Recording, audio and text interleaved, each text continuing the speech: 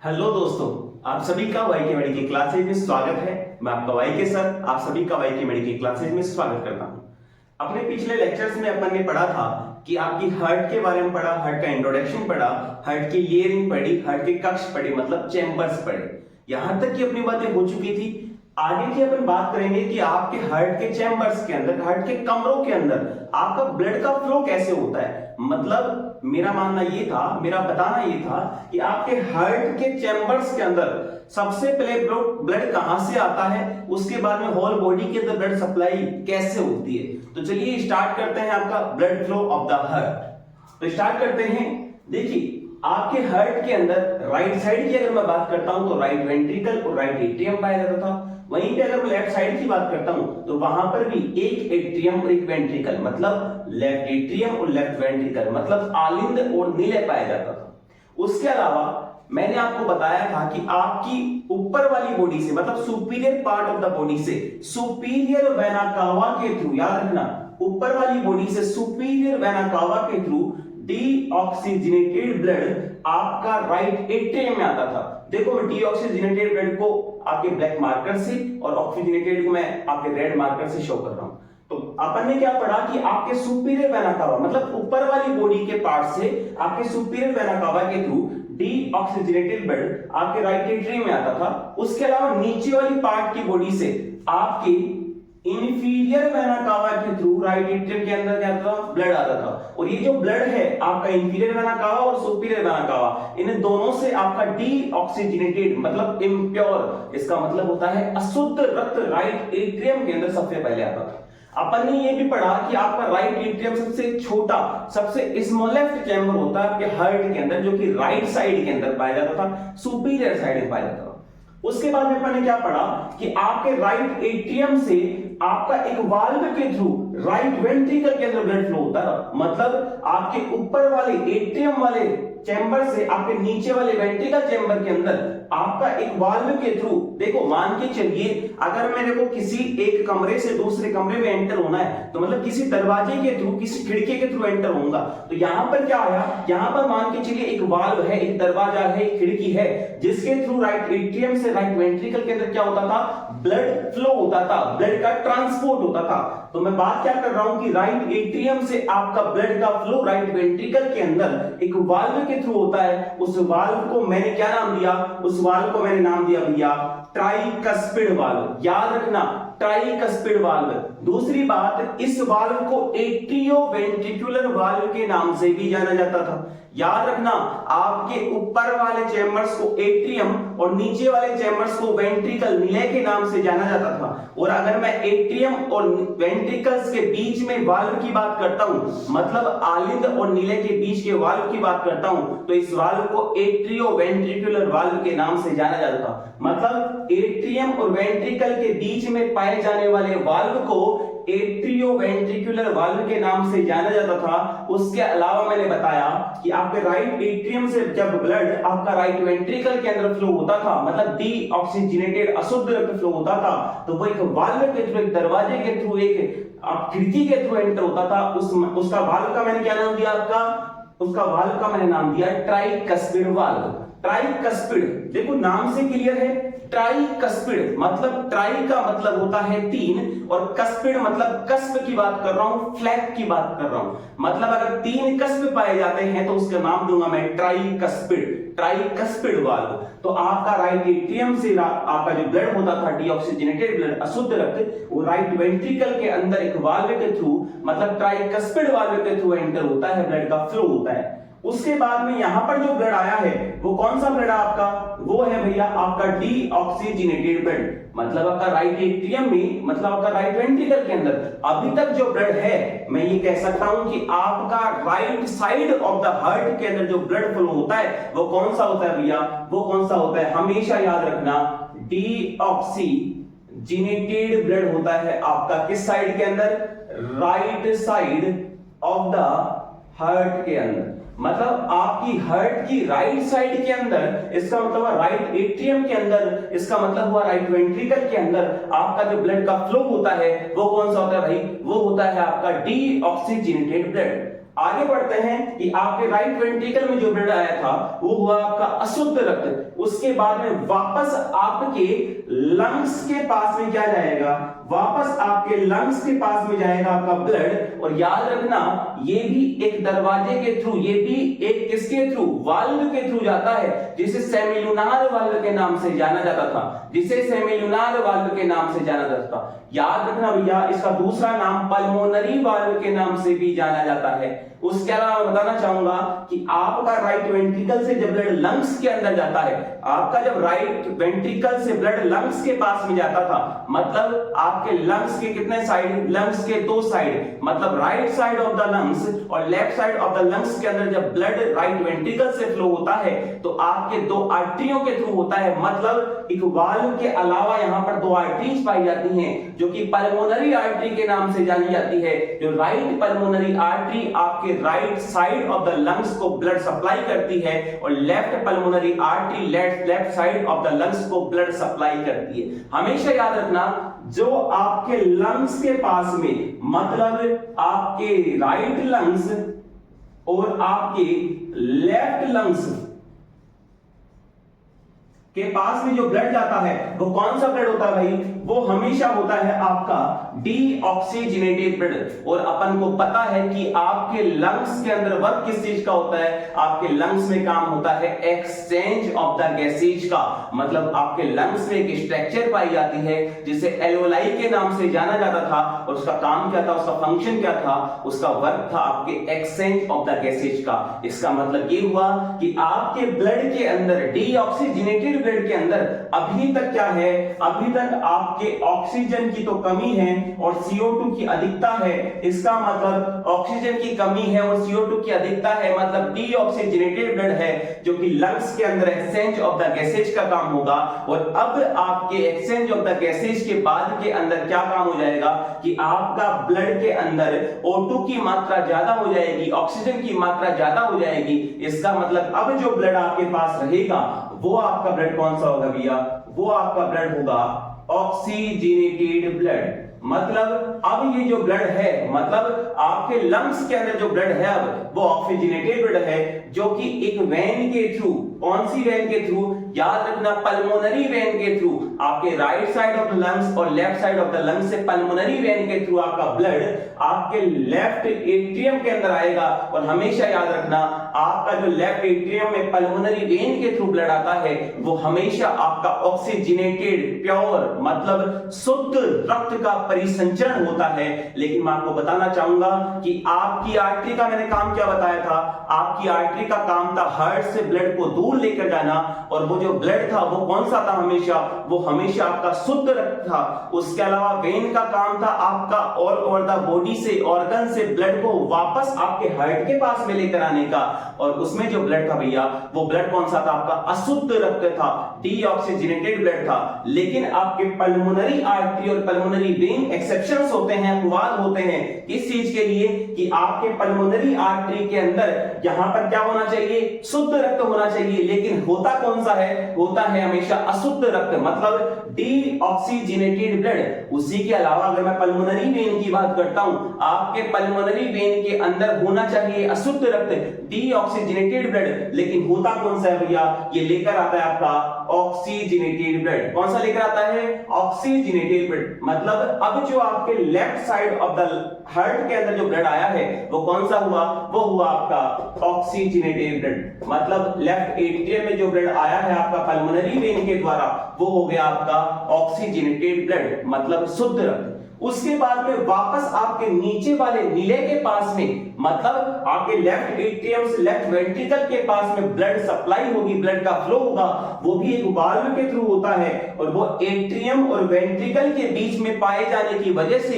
Atrio ventricular valve के नाम से जाना जाता था, जिसका सेकेंडरी नाम क्या होता है भैया, याद रखना, जिसका और दूसरा नाम होता है बाइकस्पिड वाल्व। जैसा मैंने बताया ट्राइकस्पिड का मतलब होता है 3 कस्प, वैसे ही बाइकस्पिड का मतलब होता है 2 कस्प। बाई का मतलब है 2 और अगर कस्पिड की बात करता हूं, कस्प फ्लैग की बात कर रहा हूं, मतलब बाइकस्पिड का मीन हो गया आपका दो कस्प वाला वाल्व। आपका लेफ्ट एट्रियम से जो ब्लड आपका लेफ्ट वेंट्रिकल के पास आया है वो कौन सा हो गया, वो हुआ आपका ऑक्सीजनेटेड ब्लड, मतलब आपका ऑक्सीजन की मात्रा क्या हुई, ज्यादा हुई आपके कौन से ब्लड के अंदर, ऑक्सीजनेटेड ब्लड के अंदर। इसलिए मैं कह सकता हूं कि आपके right side of the heart के अंदर हमेशा अशुद्ध रक्त का परिसंचरण होता है, लेकिन आपके left side of the heart के पास में हमेशा शुद्ध रक्त का परिसंचरण होता है, सर्कुलेशन होता है, ब्लड का फ्लो होता है। उसके बाद क्या बताया कि आपका अब लेफ्ट वेंट्रिकल के अंदर जो ब्लड आया है वो कौन सा है, वो है आपका शुद्ध रक्त। और याद रखना भैया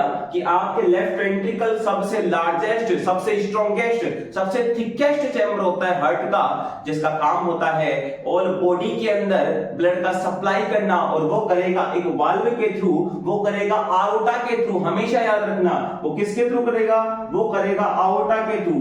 आयोटा क्या होती है, आयोटा होती है आपकी लार्जेस्ट आर्टरी होती है जो कि आपके हार्ट से ब्लड की सप्लाई करती है ऑल ओवर द बॉडी के ऑर्गन्स के पास में। तो ये भी किसके थ्रू कर रही है भाई, आपके लेफ्ट वेंट्रिकल और आपके आयोटा के बीच में भी एक वाल्व है जिसे सेमिलुनार वाल्व और आयोटिक वाल्व के नाम से जाना जाता था। फिर एक आयोटा के थ्रू आपकी ब्लड सप्लाई होगी किसके अंदर, ऑल ओवर द बॉडी के ऑर्गन्स के पास में। तो आयोटा क्या करेगा, आयोटा छोटी छोटी ब्रांचेस के अंदर डिवाइड हो जाएगा और पूरी बॉडी के अंदर ब्लड सप्लाई करेगा।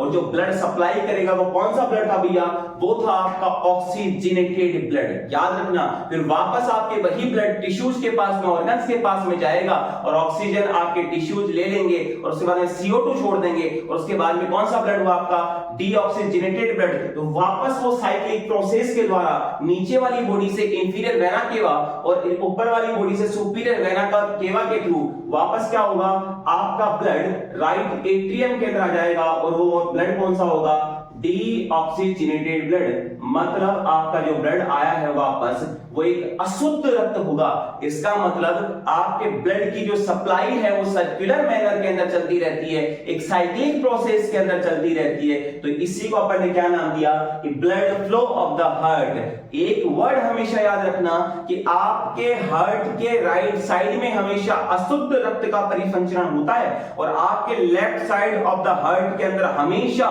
शुद्ध रक्त का परिसंचरण होता है। और मैं दो अपवाद बता देता हूं आपको कि आपके आर्टरीज का काम होता है हार्ट से ब्लड को दूर लेकर जाने का, और जो ब्लड होता है वो हमेशा शुद्ध रक्त होता है, लेकिन आपकी पल्मोनरी आर्टरी यहां पर हमेशा अशुद्ध रक्त को लेकर जाती है। याद रखिए, हमेशा याद रखना कि आपकी ऑल ओवर द बॉडी के ऑर्गन से वापस जो ब्लड आपकी पल्मोनरी वेन लेकर आती है आपके हार्ट के लेफ्ट एट्रियम के पास में, वो हमेशा कौन सा होगा, वो हमेशा ऑक्सीजनेटेड ब्लड होगा, मतलब शुद्ध रक्त होगा।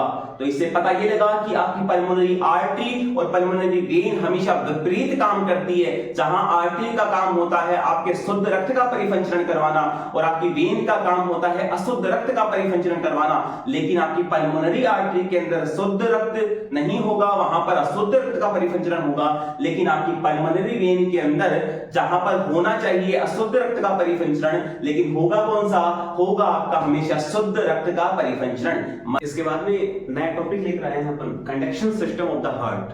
मतलब हार्ट के अंदर जो आपका कंडक्शन होता है वो कैसे होता है। देखो कंडक्शन की बात करते हैं अपन, तो शुरुआत करते हैं अपन कि हार्ट पॉजेसेस ऑटोरिदमिसिटी, मतलब हार्ट के अंदर ऑटोरिदमिसिटी की पावर होती है। इसका मतलब क्या हुआ कि हार्ट अपने आप बीटिंग कर सकता है, बीट कर सकता है, मतलब अपने आप धड़कने की पावर होती है आपके हार्ट के अंदर। इस लाइन का मीन ये हुआ कि आपका जो हार्ट होता है उसके अंदर अपने आप के अंदर खुद के पास ऑटोरिदमिसिटी की पावर होती है, मतलब रिदम कर सकता है अपने आप। इसका मीन ये हुआ कि इसके ऊपर ना तो आपके नर्वस सिस्टम का कंट्रोल है, इसके ऊपर ना आपके एंडोक्राइन सिस्टम का कंट्रोल है। तो याद रखना कि हार्ट अपने आप रिदम करता है, इसके ऊपर किसी अदर सिस्टम का, अदर ग्लैंड्स का इसके ऊपर कोई भी प्रभाव नहीं पड़ता। बस प्रभाव इतना सा पड़ेगा कि आपके हार्ट बीट ज्यादा होने के अंदर, और किसी केसेस की बात कर रहा हूं, हार्ट बीट किसी केसेस में आपकी ज्यादा हो सकती है, कम हो सकती है, उसके ऊपर आपके नर्वस सिस्टम का इफेक्ट पड़ेगा। लेकिन अगर मैं बात करता हूं कि आपके हार्ट की बीटिंग की, या फिर बात कर सकता हूं आपके हार्ट की जो इंपल्स जनरेट होती है वो अपने आप होती है, हार्ट के ऊपर डिपेंडेंट होती है। सेकंड लाइन क्या था कि the heart is the made up of cardiac muscles, मतलब हार्ट जो होती है वो मॉडिफाइड कार्डियक मसल से मिलकर बनती है, जिसको अपन ने क्या नाम दिया, नोडल टिश्यूज। मतलब हार्ट जो होती है वो मॉडिफाइड कार्डियक मसल से मिलकर बनती है, जिसको अपन ने नाम क्या दिया, जिसको नाम दिया नोडल टिश्यूज। नेक्स्ट लाइन है कि heart is the formed by the modified cardiac muscles, वही लाइन है कि हार्ट किससे बनी है आपकी, मॉडिफाइड कार्डियक मसल्स से। उसके अलावा क्या है, fibres in the myocardium which initiate and contract impulse. इसका मीन देखो वहां से आया कि भैया आपकी जो मायोकार्डियम लेयर होती है आपकी, मतलब कि आपकी जो middle layer of the heart होती है वो क्या करती है, वो बनी होती है आपकी कार्डियक मसल से या फिर मांसपेशियों से, जिसका काम क्या होता है, जिसका काम होता है इंपल्स को जनरेट करवाना और कॉन्ट्रैक्शन करना आपके हार्ट के अंदर। मतलब आपका जो हार्ट इंपल्स जनरेट करता है, इनिशिएट करता है इंपल्स को, वो कौन करता है, आपकी मायोकार्डियम लेयर करती है, क्योंकि वो कार्डियक मसल से मिलकर बनती है। नेक्स्ट लाइन है आपकी, a patch of this nodal tissue is present in the right upper corner of the right atrium which called SA node। देखो ये लाइन वहां से आई कि आपके, अगर मैं बात करता हूं conduction system of the heart की, मतलब अगर आपके फॉर्मेशन की बात करता हूं या फिर कंपोनेंट की बात करता हूं, आपके मैं कंपोनेंट्स की बात कर रहा हूं कि आपके कंडक्शन सिस्टम में कौन कौन से कंपोनेंट्स आते हैं। तो नंबर 1 आता है आपका एसए नोड, नंबर 2 आता है आपका एबी नोड, नंबर 3 आता है आपका बंडल ऑफ हिज, उसके बाद में आता है right bundle of his, left bundle of his, मतलब कि बंडल ऑफ ब्रांचेज की बात कर रहा हूं, और नंबर 4 पे आता है आपका पुरकेंजी फाइबर्स, जिसके अंदर आपके देखो, अगर मैं बात करता हूं आपके प्रॉपर्ली एसए नोड की, एसए नोड का मतलब क्या था, साइनोएक्टियल नोड। अगर मैं ऐसे नोड की बात करता हूं तो आपके ऐसे नोड को first pacemaker of the heart के नाम से जाना जाता था, या फिर दूसरा नाम बता सकता हूं कि आपके ऐसे नोड को आपका natural pacemaker of the heart के नाम से भी जाना जाता है। अगर मैं प्रॉपर्ली आपके पेसमेकर की बात करता हूं, पेसमेकर वर्ड की बात करता हूं कि पेसमेकर का मतलब क्या होता है, आपका पेसमेकर का मीन क्या होता है, भैया पेसमेकर का मतलब होता है आपके हार्ट की वो स्ट्रक्चर जो इंपल्स जनरेट करती है, उसे मैंने क्या नाम दिया, आपका पेसमेकर। तो इसका मतलब क्या हुआ कि आपका ऐसे नोड वो जगह है, आपकी ऐसे नोड वो स्ट्रक्चर है आपके हार्ट की जो इंपल्स को जनरेट करवाने का काम करती है सबसे पहले, इसीलिए आपकी फर्स्ट पेसमेकर या फिर natural pacemaker of the heart ऐसे नोड को जाना जाता है। दूसरी बात करता हूं, अगर इसकी पोजीशन की बात करता हूं, सिचुएशन की बात करता हूं कि ये पाई कहां जाती है, तो याद रखना भैया कि आपके राइट एट्रियम के अंदर, ये देखो यह कौन सा है आपका राइट एट्रियम, मतलब सुपीरियर राइट साइड वाला चैम्बर राइट एट्रियम के अंदर भी पाई जाती है। अगर मैं राइट एट्रियम की बात करता हूं तो आपके राइट एट्रियम के अंदर और सुपीरियर वेना कावा की जो ओपनिंग है वहां पर क्या पाया जाता है, आपका ऐसे नोड, साइनोएक्टियल नोड पाया जाता था। देखो position in the right atrium near to the opening of superior vena cava, मतलब आपकी राइट एट्रियम के अंदर opening of the superior vena cava के पास के अंदर आपकी क्या पाई जाती है, ऐसे नोड प्रेजेंट होता है, सिचुएटेड होता है। देखो इंपल्स जनरेटेड, मैंने क्या बताया कि पेसमेकर का काम क्या होता है, इंपल्स को जनरेट करने का, मतलब कि पोटेंशियल इंपल्स को जनरेट करने का काम होता है। तो ये करता कितना है कि भैया आपकी बीटिंग की बात कर रहा हूं मैं, मतलब आपका जो दिल धड़कता है उसकी बात कर रहा हूं, तो आपका जो ऐसे नोड है आपके दिल को 60 से 80 बीट धड़कना, मतलब की बात कर सकता हूं कि 60 से 80 बार एक मिनट में धड़काता है, मतलब 60 to 80 बीट पर मिनट के हिसाब से आपकी इंपल्स जनरेट करवाने का काम करता है आपका ऐसे नोड। ठीक है, अब मैं सेकेंडरी बात करता हूं आपके सेकंड नंबर पे एवी नोड की, मतलब एट्रियोवेंट्रिकुलर नोड की बात करता हूं। सबसे पहले इसकी बात करूंगा कि इसका नाम होता है एट्रियोवेंट्रिकुलर नोड, जिसे second pacemaker of the heart या फिर pace shutter of the heart के नाम से जाना जाता है। याद रखना हमेशा कि आपके एवी नोड को second pacemaker of the heart और pace shutter of the heart के नाम से भी जाना जाता था। मतलब सेकंड पेसमेकर नाम क्यों दिया,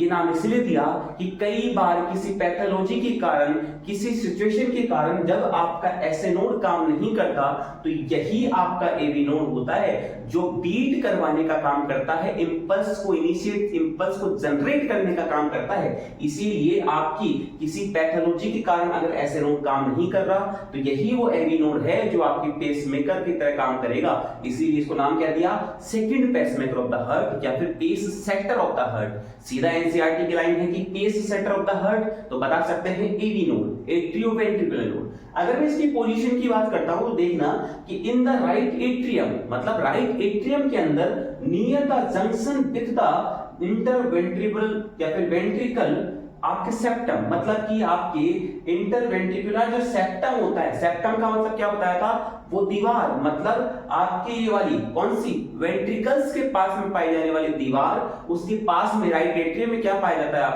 आपका एवी नोड पाया जाता है। अगर मैं बात करता हूं, ये भी क्या आपका पेसमेकर ऑफ द हार्ट है, लेकिन second pacemaker of the heart है या फिर pace setter of the heart है। जो इंपल्स कितने जनरेट करवाएगा, वो इंपल्स करवाएगा आपका 40 से 60, 40 to 60 बीट पर मिनट, मतलब एक मिनट के अंदर जब ये एवी नोड काम करता है तो 40 से 60 बार धड़कने का काम करता है आपके हार्ट के लिए। नंबर 3 पे अगर बात करते हैं बंडल ऑफ हिच की, देखिए बंडल ऑफ हिच को एवी बंडल के नाम से, मतलब एट्रियोवेंट्रिकुलर बंडल के नाम से भी जाना जाता है। अगर इसकी मैं पोजीशन की बात करता हूं कि situated in the upper side of intraventricular septum, मतलब आपके जो इंट्रावेंट्रिकुलर सेप्टम है उसके जस्ट अबाउ, मतलब कि ऊपर के साइड में पाए जाते हैं। अगर मैं बात करता हूं, it is divided into 2 branches, मतलब आपकी जो बंडल ऑफ हिच है, एट्रियोवेंट्रिकुलर बंडल्स हैं, वो क्या करते हैं, वो आपके देखो ये क्या है, आपका एवी बंडल है, एट्रियोवेंट्रिकुलर बंडल्स है, वो क्या करते हैं आपके right side of the heart और left side of the heart के अंदर ब्रांचेज में डिवाइड होते हैं। मतलब राइट साइड के अंदर राइट बंडल ब्रांचेज और लेफ्ट साइड में लेफ्ट बंडल ब्रांचेज के अंदर डिवाइडेशन हो जाता है इनका। अगर मैं बात करता हूं पुरकिंजी फाइबर्स की, देखो पुरकिंजी फाइबर्स, इसका मतलब क्या होता है, पुरकिंजी फाइबर्स को बताया अपन ने कि it is network of specialised cell, मतलब ये स्पेशलाइज्ड स्पेशल टाइप की सेल्स का पूरा नेटवर्क, पूरा जाल बिछा हुआ है आपके हार्ट के अंदर। अगर मैं बात करता हूं कि Purkinje fibres are able to rapidly transmit cardiac action potential, इस लाइन का मतलब है कि आपके पुरकिंजी फाइबर्स एबल होते हैं, मतलब पुरकिंजी फाइबर्स के अंदर आपकी पावर होती है, ये एबिलिटी होती है कि आपकी रैपिडली ट्रांसमिट कर सकते हैं कार्डियक एक्शन पोटेंशियल को, मतलब आपकी जो इंपल्स जनरेट हो रही है। देखो बात ये है कि आपकी बंडल ऑफ हिच से या फिर एवी बंडल से जो इंपल्स आई है वो कहां पर आएगी, आपकी लेफ्ट साइड और right side bundle of branches के अंदर डिवाइड हो जाएगी। उसके बाद के अंदर आपकी जो पुरकिंजी फाइबर्स है उसके पास जाके एक्शन पोटेंशियल पहुंचेगी, मतलब इंपल्स पहुंचेगी। तो ये क्या करेगा, ये आपके right side of the heart, मतलब ये आपके myocardium layer of the ventricles के अंदर क्या करेगा, यहां पर आपके एक्शन पोटेंशियल को पहुंचाने का काम करता है। इसीलिए बताना चाहूंगा कि इस लाइन का मतलब ये है कि जब आपके ऐसे नोड इंपल्स जनरेट करते हैं तब क्या होता है कि ऐसे नोड से क्या होता है कि आपके टोटल एट्रियम के अंदर, आपके राइट साइड का एट्रियम और लेफ्ट साइड का एट्रियम, इसके अंदर इंपल्स स्प्रेड होती है, फैल जाती है, वो होती है आपकी इंटरनोडल फाइबर्स के द्वारा। मतलब आपके मान के चलो, मैंने क्या बोला कि ऐसे नोड कहां पे होता है, आपका ऐसे नोड पाया जाता है आपका right side of the heart atrium के अंदर, मतलब कि राइट एट्रियम में आपका ऐसे नोड प्रेजेंट होता है। लेकिन अगर मैं लेफ्ट साइड की बात करता हूं तो लेफ्ट साइड के अंदर भी तो आपकी इंपल्स जनरेट होगी, इंपल्स पहुंचेगी, इंपल्स स्प्रेड होगी, फैलेगी, तो वो किसके थ्रू होती है, वो होती है आपकी इंटरनोडल फाइबर्स के द्वारा। उसके बाद अगर आपको मेरा वीडियो अच्छा लगा तो इसे लाइक करें, शेयर करें, सब्सक्राइब करें और मिलते हैं बहुत जल्द एक प्यारे से नई वीडियो के साथ। तब तक के लिए राधे राधे, बाय बाय, जय श्री श्याम।